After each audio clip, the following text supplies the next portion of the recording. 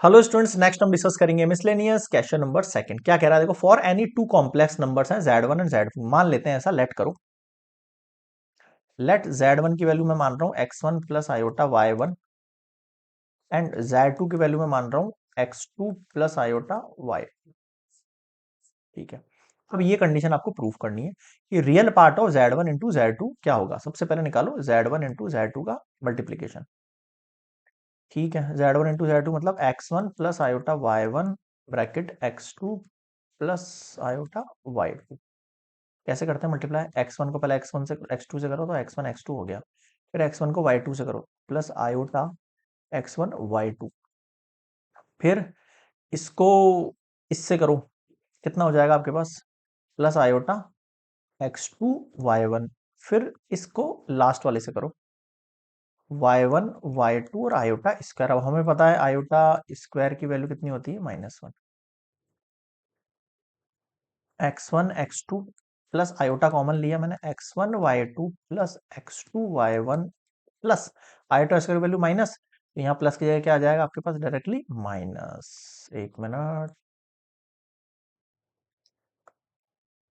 Minus y1 y2 bracket close. ठीक है, अब x1 x2 एक तरफ कर रहा हूं मैं, मतलब रियल पार्ट जो है वो एक तरफ कर रहा हूं, -y1 y2 plus iota x1 y2 plus x2 y1 bracket close. ये Z1 Z2 है। अगर मैं आपसे रियल पार्ट मांगू, अगर मैं LHS की बात करूं, real part of Z1 Z2, तो इसमें से रियल पार्ट केवल ये होगा x1 x2 minus y1 y2। बताओ समझ में आया क्या? बिल्कुल आ गया सर। अब इधर आ जाओ, LHS निकल के अब RHS पे आओ। RHS में क्या बोल रहा है? Real part of Z1 multiply real part of Z2। तो नेक्स्ट स्लाइड पर ले लेते हैं इसको अपन, या फिर यही हो जाएगा। देखो, रियल पार्ट ऑफ Z1, या नेक्स्ट ही कर लेते हैं यार, ना यहाँ कंजस्टेड हो जाएगा ना। तो मैं वैल्यू फिर से लिख रहा हूँ मैं, x1 plus iota y1 Z2 equals to x2 plus iota y2। और आपके पास जो Z1 Z2 निकला वो कितना निकला? x1 x2 minus y1 y2 plus iota x1 y2 plus x2। Real part of Z1 Z2 लिखने को कहा अपन ने, तो हमने क्या लिखा है यहाँ पर?